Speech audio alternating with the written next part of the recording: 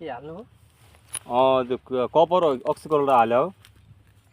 फेदमा जडामा मतलब बोर्डो मिश्रण हालेको के कपर बोर्डो मिश्रण हालेको अनि बाँकी त लेट बोलाएर अरूबाट त स्प्रे गरिरहेको छु त्यो अहिले हातिनु पर्ने छैन त्यो ड्याम्पिङको बेलै समस्या आयो क्या तिम्रो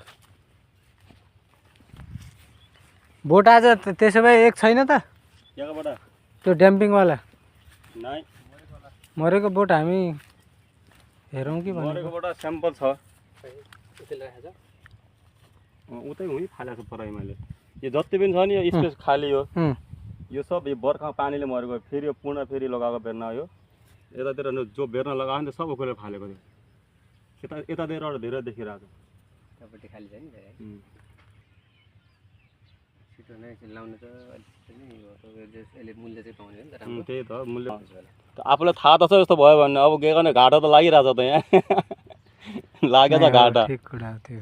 हो कि मल बन्ने प्रक्रियामा बोटहरू मर्छन् के के गर्ने अब यो माटो तल खाल्टोमै फङ्गिसाइड अलिकति राखेर नयाँ बिरुवा रिप्लेस गर्ने अनि यो एक लट फल्दै गर्छ त्यो नयाँ भएकोलाई चाहिँ अब त्यही हो त्यसको रोटेसन फेरि म पनि मान्छे त एकदम घमण्डी खाले हो के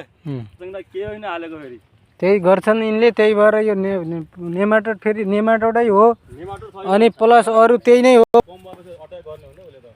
यहाँ त कार पनि पुरा तमाम हालेको छु मैले नेमाटोड छैन त नेमाटोड आज गाँठा गाँठा भइरहेको छ म तल जबर देख्नु पऱ्यो अरू गोरस चाहिँ राम्रो भएर 40 दिनको भयो तर मैले के भन्दा यसमा भिटामिन दिन पाइरहेन के यो यसको फङ्गिसाइडको हान्नको चक्करमा पहिला त्यसलाई क्लियर गरेर अनि काम गर्ने भिटामिन हान्नु चाहिँ फुल त कमै छैन त सत्ता मात्रै हो अलिकति हर्मोन चाहिँ यो उखुकोले लायो यहाँ मल खाने मजाले सर उखु त तिम्रो सिङले यो मैले ए 0 बजे त रुपियाँ 1 खर्च भयो 1 रुपियाँ लगाएर रुपियाँ 1 को मल हालेन छ मैले त्यो कार पनि बढाएर पछि लगाएको मैले माथि पुरा मल्चिङ गरिदिएँ पानी हाल्ने भयो